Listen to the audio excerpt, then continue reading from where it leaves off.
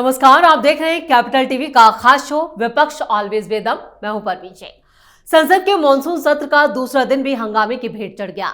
लोकसभा और राज्यसभा में जमकर हंगामा हुआ। विपक्ष ने बिहार वोटर लिस्ट की जांच यानी एसआईआर के खिलाफ सदन के अंदर और बाहर विरोध किया। राहुल गांधी और अखिलेश यादव सहित कई नेताओं ने मक्कर द्वार पर संसद भवन की सीढ़ियों पर खड़े होकर बिहार एसआईआर के खिलाफ विरोध प्रदर्शन और नारे लगाए। इसी तरह राज्यसभा में विपक्षी सांसदों ने बिहार वोटर लिस्ट की जांच पर चर्चा की मांग करते हुए नारे लगाए। वहीं उपराष्ट्रपति जगदीप धनखड़ के अचानक इस्तीफे पर जमकर बयानबाजी भी की। विपक्ष इस्तीफे के पीछे राजनीतिक वजह बता रहा है, तो कोई इसके पीछे जस्टिस वर्मा के खिलाफ लाए गए प्रस्ताव को वजह मान रहा है। विपक्ष सवाल उठा रहा है कि धनखड़ के इस्तीफे के पीछे की राजनीतिक वजह सामने आनी चाहिए। उपराष्ट्रपति के इस्तीफे की वजह क्या है? क्यों विपक्ष ने संसद को बनाया है नूरा कुश्ती का मैदान? इस पर चर्चा के लिए स्टूडियो मौजूद है कैपिटल टीवी के editor in chief doctor Manish Kumar और एग्जीक्यूटिव एडिटर राजीव कुमार। आप दोनों का बहुत बहुत स्वागत है। धन्यवाद। विपक्ष आखिर इतना हंगामा कर क्यों रहा है? 2 दिन हो गए लगातार हंगामा सदन में देखने को मिल रहा है। देखिए, परसों इन लोगों ने बवाल काटा कि हमें ऑपरेशन सिंदूर पे करना है और कल एसआईआर के ऊपर वे ड्रेस पहन करके आ गए, ये करके आ गए। इसका मतलब ये है कि आप मन बना करके आते हो, प्लेकार्ड छपवा के आते हो, हाथ में लेकर के आते हो, सारी चीजें तय रहती है। अब क्यों हो रहा है ये समझ लीजिए। इलेक्शन कमीशन का एक नया आंकड़ा आया है जी। बिहार में 52.5 लाख लोगों का नाम कटेगा। ये अब अभी तक का, ये बढ़ेगा, घटेगा नहीं। 52.5 लाख का मतलब ये हो गया कि on average 21,000 voter her constituency से। तो 21,000 हम लोग और राजीव ने डिस्कस हम लोग किए थे कि 10,000 से कम के मार्जिन से जीती हुई सीट अगर आरजेडी के हटा दे तो 15-20 बचेंगे, और यहां तो 21,000 कट रहा है। हालत समझ रही क्या है? इन लोगों ने जानबूझ के इस तरह की चीजें की। और मैं आपको बता दूं, जो आंकड़े आ रहे हैं, देखिए 28 जुलाई को सुप्रीम कोर्ट पे इसके ऊपर सुनवाई होनी है, और सुप्रीम कोर्ट ने कहा, इलेक्शन कमीशन ने कहा था कि हम आंकड़े लेकर के आएंगे। 18 लाख लोग मारे गए, माने मृतक हैं, नाम नहीं हटा था, उनके नाम पे वोट पड़ रहा था बोगस। ये कौन लोग हैं भाई? 4.6% लोग जो है वो फर्जी घोस्ट वोटर हैं, उनके जगह पे लोग नहीं है। तो इसका मतलब यह हुआ कि इलेक्शन कमीशन ने बिल्कुल सही फैसला लिया कि फर्जी वोटर्स को हम हटाएंगे, और ये 52.5 लाख के आसपास इन लोगों को तो शर्म से चुल्लू भर पानी में मर जाना चाहिए कि आप 52 लाख फर्जी वोटर के साथ चुनाव लड़ना चाह रहे थे। और इसीलिए परेशानी हो रही है, क्योंकि ज्यादातर जो इसमें नाम कट रहा है वो मुस्लिम मतदाताओं का है। दिक्कत वही है। इसलिए ममता बनर्जी चिल्ला रही, आज फिर कही करने नहीं देंगे। भाई करने क्यों नहीं दोगे? नहीं करने दोगे तो वहां पर सेंट्रल फोर्स भेजा जाएगा, लेकिन ये होना ही चाहिए, क्योंकि अब तो सुप्रीम कोर्ट जब इन आंकड़ों को देखेगा तो इनकी तो एक नहीं चलेगी, एक नहीं चलने वाली, क्योंकि इलेक्शन कमीशन का ये जो फैसला है और ये जो आंकड़े आ रहे हैं वो बिल्कुल सही है। बिल्कुल। क्या चुनाव आयोग की ताकत इतनी बढ़ गई है कि वो विपक्षी पार्टियों को यह कहें कि चुनाव हरवा सकती है? क्योंकि जहां ये चुनाव जीत जाते हैं वहां चुनाव आयोग में कोई खामी नहीं होती। देखिए, चुनाव आयोग की ताकत जितवाने हरवाने की है ही नहीं। चुनाव आयोग का काम वोटिंग करवाना है, रिजल्ट देना है। वो जितवाने हरवाने का काम नहीं करते। इसीलिए इन लोगों का आरोप कि चुनाव आयोग ऐसा कर रही है, चुनाव आयोग फर्जीवाड़ा कर रही है, ये आरोप तो इन लोगों का सिलेक्टिव तरीके से रहता ही है। लेकिन एसआईआर की प्रक्रिया की बात हो रही है कि जिस पर ये लोग संसद के अंदर और बिहार विधानसभा में दोनों जगह हंगामा कर रहे हैं। इस पर चर्चा क्या करना चाहते हैं, पहले ये लिखकर इनको देना चाहिए, क्योंकि ये चुनाव आयोग का मसला है। चुनाव आयोग इस पर 11 डॉक्यूमेंट सामने लाई है और उस डॉक्यूमेंट के आधार पर वोटर का वेरिफिकेशन हो रहा है कि कौन है कौन नहीं है, कौन मर गया है, कौन परमानेंटली भाग गया है, कौन अलग तरह से रह रहा है और कौन फर्जी तरीके से वोटर आईडी कार्ड बनवा के रखा है। अब इसमें चुनाव आयोग की उस प्रक्रिया के बारे में जानकारी चुनाव आयोग खुद लिस्ट बना कर दे रही है और उसके बाद ये सुप्रीम कोर्ट को भी सारी बातें बताई गई है और सुप्रीम कोर्ट में अभी चुनाव आयोग का एक एफिडेविट आया। एफिडेविट देना था क्योंकि सुप्रीम कोर्ट ने पूछा था कि आप क्या क्या करना चाहते हैं, बदलाव क्या करेंगे और आपका ये जो तरीके चल रहे हैं उसमें आपकी प्रक्रिया के बदलाव में क्या क्या भूमिका हो सकती है। इसलिए इनको 21 जुलाई के आसपास देना था। इन्होंने एफिडेविट जारी किया और सुप्रीम कोर्ट से कहा कि कुछ मेरी अथॉरिटी है, कुछ आपकी अथॉरिटी है, इस अथॉरिटी को बनाए रखना चाहिए। इसलिए वोटर कार्ड बनवाने के लिए अगर जो जो डॉक्यूमेंट्स की आवश्यकता होती है, कौन कौन डॉक्यूमेंट्स होने चाहिए, ये हमारे अथॉरिटी में है। हम तय करेंगे कि कौन कौन से डॉक्यूमेंट्स होने चाहिए। इसके लिए इन लोगों ने जो जश्न मनाया था कि देखो हम जीत गए। क्यों?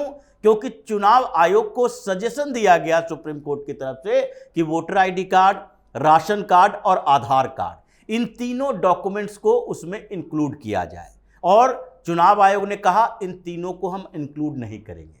सीधे तौर पर कि राशन कार्ड के फर्जीवाड़े के बारे में सरकार ने पहले इन्वेस्टिगेशन किया था। 4 करोड़ से ज्यादा राशन कार्ड फर्जी पाए गए थे कुछ महीनों के, ये कुछ स्टेट के सुपरविजन में। और उसके बाद वोटर आईडी कार्ड को तो ये जो जिस तरह से मतदाता पहचान पत्र पहले बनाया गया था उस पर कई कंट्रोवर्सी और इन्हीं पार्टियों ने उठाई थी। तो उसके बाद इसको हम एक डॉक्यूमेंटल प्रूफ की तरह नहीं ले सकते कि वो नागरिकता का प्रमाण पत्र हो सकता है। और तीसरा ये आधार कार्ड, इसमें तो सरकार भी कहती है, सुप्रीम कोर्ट भी कहता है और उसके साथ ये लोग भी कहते रहे हैं कि ये कोई नागरिकता प्रमाण पत्र नहीं है। आधार कार्ड के लिए जो डॉक्यूमेंट्स चाहिए, जिन डॉक्यूमेंट्स के आधार पर आधार कार्ड बनवाया जाता है, वो नागरिकता का प्रमाण पत्र नहीं हो सकता। तो इसलिए चुनाव आयोग ने अपना स्टैंड क्लियर कर दिया। अब फैसला सुप्रीम कोर्ट में होना है।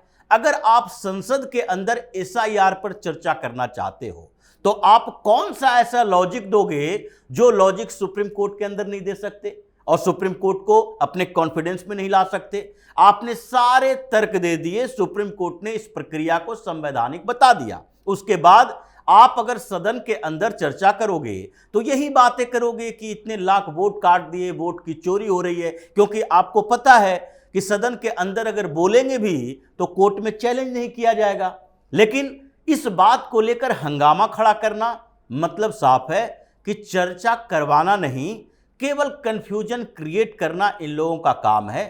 एक एजेंडा खत्म हुआ तो दूसरे एजेंडे पर शिफ्ट कर गए। अगर एसआईआर पर चर्चा के लिए सरकार ने कभी नहीं कहा कि हम चर्चा के लिए तैयार नहीं है। जैसे चुनाव आयोग के लिए आप, जैसे सरकार यानी कि भारतीय जनता पार्टी, वैसे ही कांग्रेस, वैसे ही टीएमसी, सारी पार्टियां चुनाव लड़ती है और उसमें सरकार की भूमिका बहुत बड़ी है नहीं चुनाव करवाने में। नियुक्ति में भूमिका है। जैसे सुप्रीम कोर्ट के अगर जज बनाए जाते हैं तो उसमें भी कॉलेजियम रिकमेंडेशन करती है, नियुक्ति सरकार करती है। तो उसमें भी कहोगे कि ये वायस्ड है सुप्रीम कोर्ट के जज। तो ऐसी स्थितियों में सरकार ने मान लिया है कि ये लोग चर्चा कराना नहीं चाहते, केवल टारगेट एजेंडा शिफ्ट करके हंगामा क्रिएट करने की कोशिश करते रहेगा। बिल्कुल। और धनखड़ को लेकर भी कुछ ऐसे ही हाल विपक्ष का है। क्यों बार बार वजह गिनाई जा रही है और अचानक से धनखड़ से इतनी सिंपैथी क्यों हो गई विपक्ष को? देखिए, मुझे तो आश्चर्य लगा कि जब ममता बनर्जी भी धनखड़ साहब की तारीफ कर जी कि भाई क्यों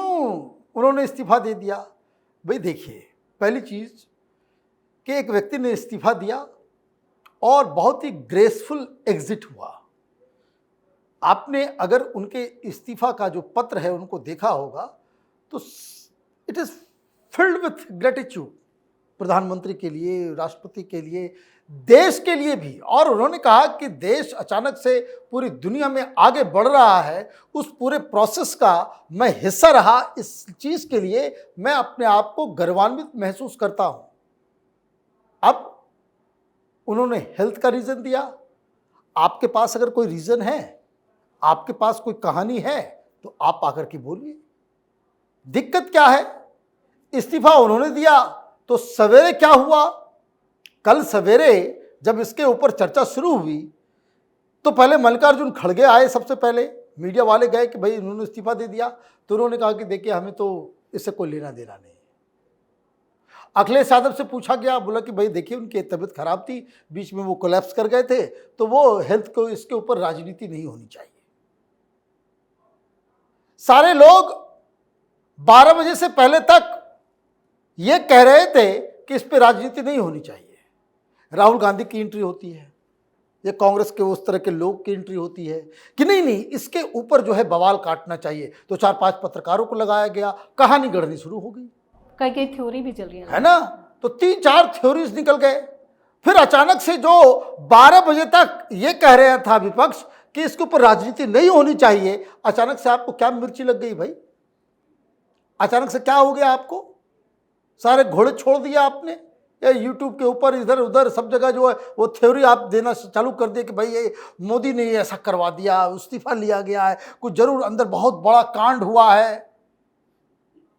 मुझे समझ में नहीं आता है कि आपकी प्रायोरिटी क्या है, आप किस तरह का विपक्ष और किस तरह का आप एग्जाम्पल पेश कर रहे हो।